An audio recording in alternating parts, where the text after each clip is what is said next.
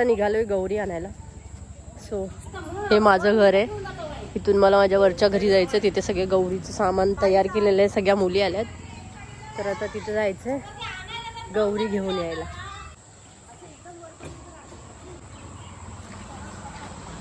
हे आमचं जुनं घर आहे. आणि या इकडे बायका जमा झाल्यात गौरी आणायला. अशा वाडीतल्या वेगवेगळ्या बायका जमा होतात. सगळ्यांच्या गौरी एकत्र येतात आणि आडावरून गौरी घेऊन यायला लागतात. तयारी केली आहे. Let's see. हे आहे आमचं घर.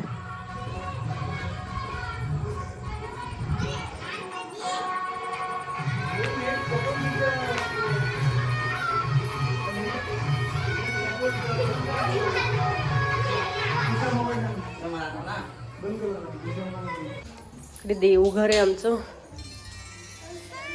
तयारी झाली. सगळं ठेवलंयस? हा सगळं ठेवलंय.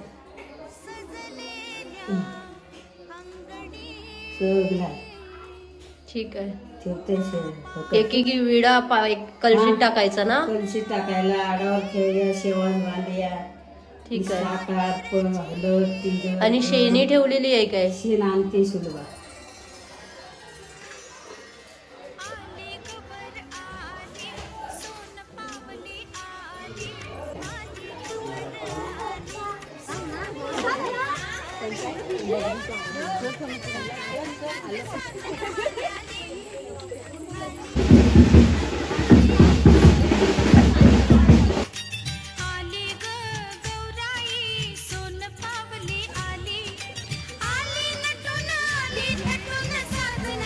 तू पकड.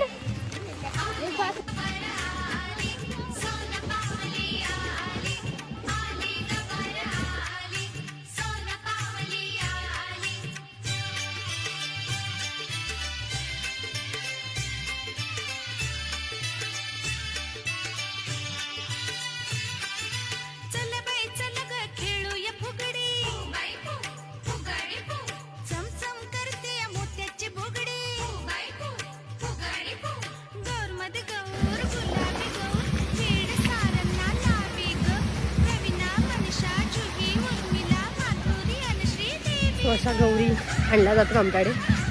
तिकडे एक आड आहे. तिथून गौरी आणतात आणि हीच वाट, ही जी वाट आहे इथून गणपती विसर्जन पण होतात. गौरी आणताना वाडीतल्या सगळ्या जेवढ्या गौरी आहेत ते सगळे लोक असतात सोबत आणि एकत्रच घेऊन येतात सगळे. आणि जिच्या हातात गौरी असते तिने चप्पल घालायची नसते असं म्हणतात.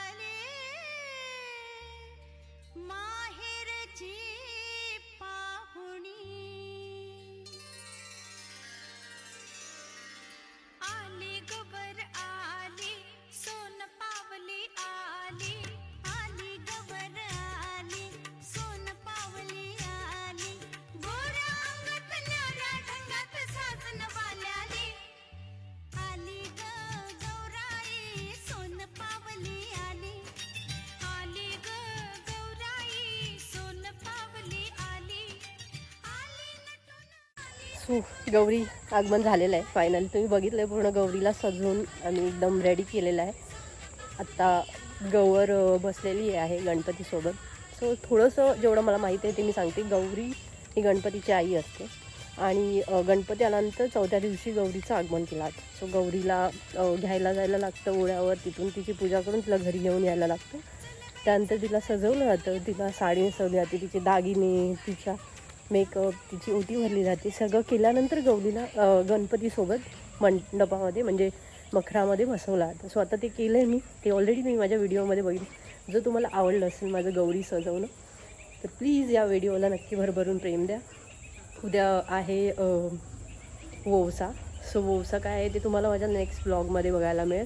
तोपर्यंत काळजी घ्या. भेटू नेक्स्ट ब्लॉगमध्ये. बाय.